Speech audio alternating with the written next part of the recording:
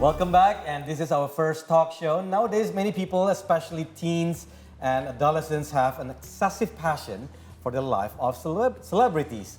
But it has been suggested that excessive admiration and idolization of celebrities are more likely to cause symptoms of anxiety, depression, and low self-esteem. Wow, okay, so not only that, such passion could turn even ugly to violence. And so here today to provide her insights about the syndrome is clinical psychologist at Personal Growth, Shierlen Octavia. Hello, welcome back to the show. Hi, Shierlen.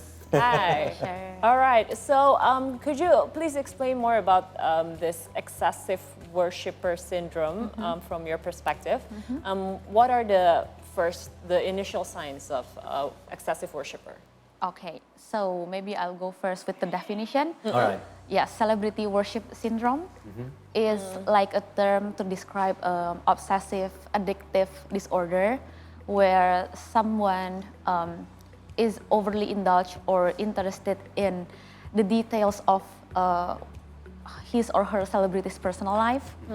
And when what we mean here by celebrity is any person who is in the public eye. Okay. So like authors, journalists, news anchors. Really? Yes. Please don't. Can be Singers, musicians. Singers, yes. Yeah. It is, yes. Research suggests that they are more likely to be someone from the television or film or pop music. Yes, to be the object. Someone that they can see on a daily basis. Yeah, on media. On social medias Yeah, and social stuff. media. Okay. All right, so what is the basic signs of someone who has that kind of symptoms? Okay, so basically we can detect the warning signs Okay. from these 5 indicators. So the first one is when we cannot control ourselves to not searching or always looking for the news or events or social media of the celebrities. And when we prioritizing the thoughts of celebrities over our personal or even professional responsibilities. So we are more concerned to the celebrities news instead of doing our real life responsibilities. And the third one is believe these celebrities has a personal influence in our life. And the fourth is over-identification of the celebrities' success and failure. So we own their success and also their failure. Okay. And in turns, this lead to feeling emotionally distressed when our celebrities experience negative publicity or Oh, okay, I see. Because at one point in our life, we all have idols, right? Yes. Yeah. So we need to be aware on healthy idolizing these pop idols, like how. Now, I also want to know, is this syndrome, excessive worshiper syndrome, caused by psychological inheritance or maybe peer influence? Okay, so genetic predisposition or the psychological inheritance might play a role, as in someone with this syndrome usually has a bad or poor emotional regulation. Oh yeah? Yes. Okay. And also low self-esteem, and those living with neuroticism or narcissism also tends to be more prone to this syndrome. However, psychosocial influence more, such as the peer influence, so having friends or social circle who are heavily engaged in celebrity culture can also encourage us to be involved in those behavior. And also media exposure, so excessive media exposure on a certain celebrity can also foster this obsession. And the interesting point is having insecure attachment. Yes. Oh, I also, see. It plays it's also a big role. major it's also a major influence because someone with anxious attachment or avoidant attachment may fill those emotional gaps by idolizing their celebrities. Well, this is kind of, what do I call it? Probably normal, because in terms of excessive access of media, right? Compared to back then in analog era, we only see through TV or probably concerts or maybe movies or series. But now through our gadgets here, it's so easy to access their information, the social media account, for example. So the attachment is actually stronger. So do you see a massive growth in terms of people who have that kind of symptoms? Massive, sorry? Like a massive growth. Oh, yes, I think so, because nowadays we can see that meeting like our idols or celebrities are also far easier than before. Yeah. So one might think that like having reciprocal feelings with the celebrity is something possible, which makes them more obsessed towards the celebrity. I see. All right. This is a wake-up call because we all have children now.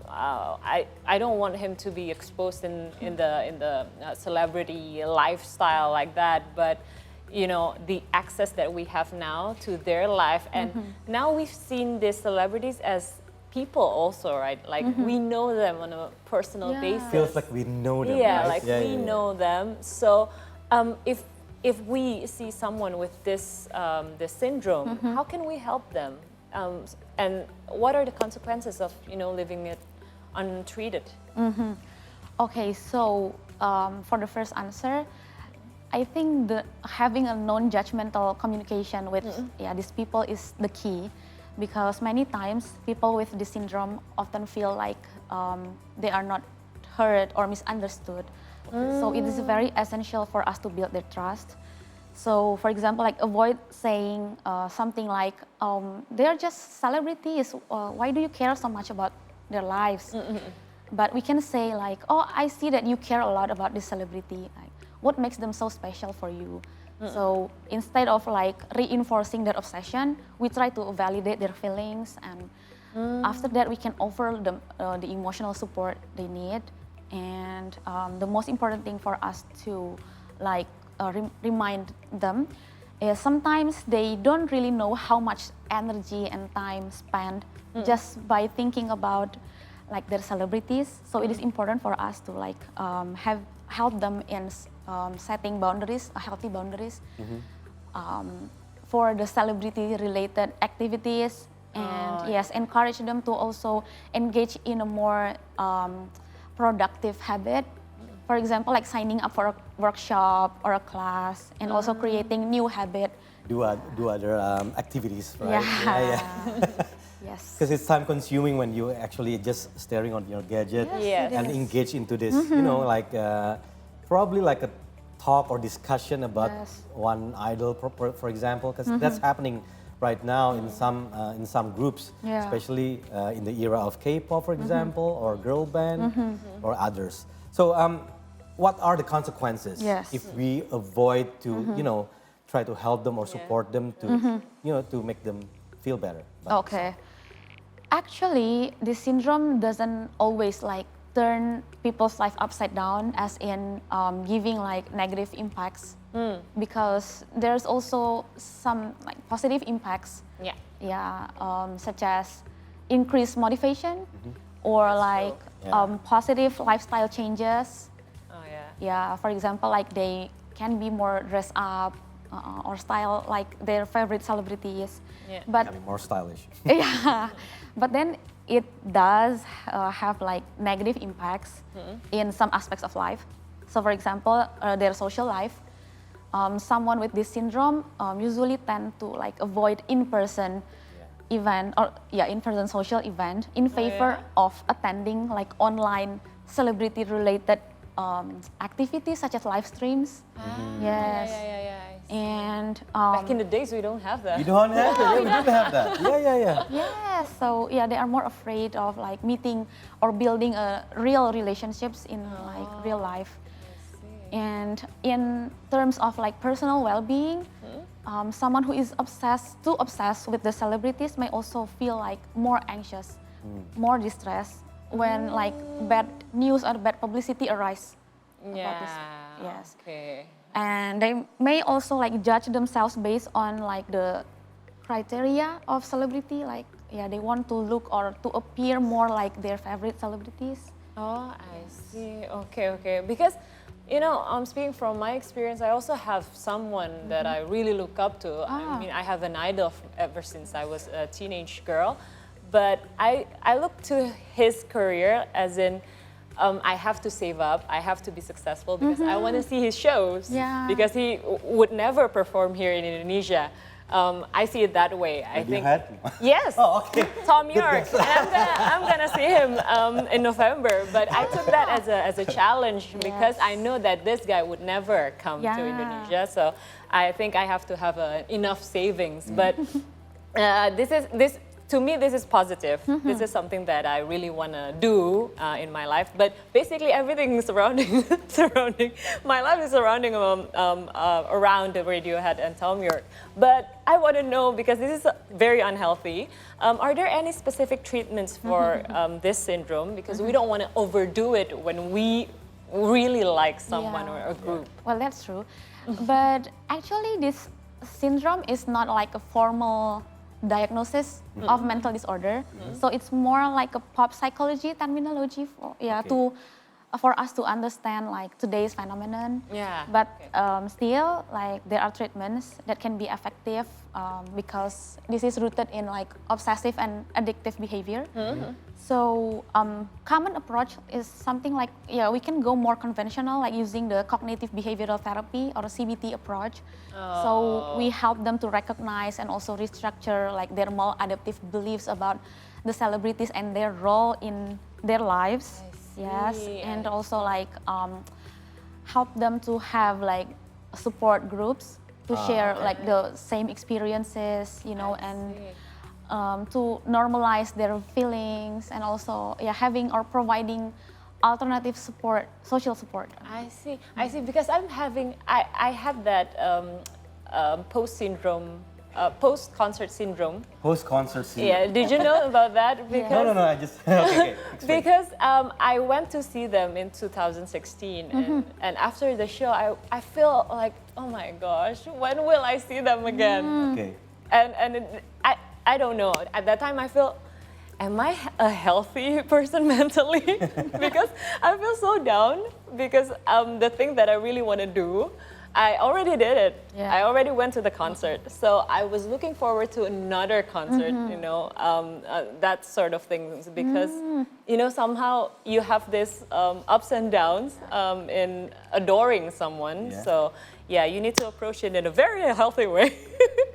But did you actually finally found your own peace after that? Yeah. After a while? Because I went back to my life, and I see that I'm a 30-year-old woman who's stuck in Indonesia, and that's kind of a realization for me. Then you save more money and to see them again. To see them again. Good on you. Still healthy, right? Still healthy, yes. Still healthy, still okay. Because like a healthy obsession allows us to still like connect with others. Okay. Yeah, remembers our responsibility. So it's okay to feel down after a concert? Yes. Oh, okay. It's pretty okay. See? All right. You're okay. Okay.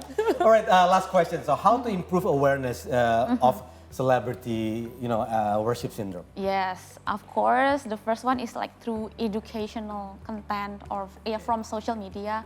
So it's very important for us to always or like constantly remind ourselves and others that no matter how famous or like influential this person is, they are still human after all. That also have their share of flaws, and also like just try to appear good, appear perfect. Because we know that ordinary doesn't sell. So we have to always like keep reality in check. Okay. All right. And also through like from schools, and also like from the other communities who can teach about how to form a healthy parasocial relationships, which is like a one-sided relationship where one extends like their energy and time, but with the other person is completely unaware of this person's existence or presence, and like how to better regulate their emotions, because we know that this is something like some issues that is related with emotional regulation. I see. All right. Okay. Now that's a note. No. Yeah, thank you so much, Thank you. Min, for sharing. So now we know how to idolize someone, but in a perfectly healthy way. Yes, thank you again, Shierlen. Thank you so much. Thank you. All right, now we are set for a commercial break. When we return, we'll bring you the world headlines. So keep it here on the C Morning Show.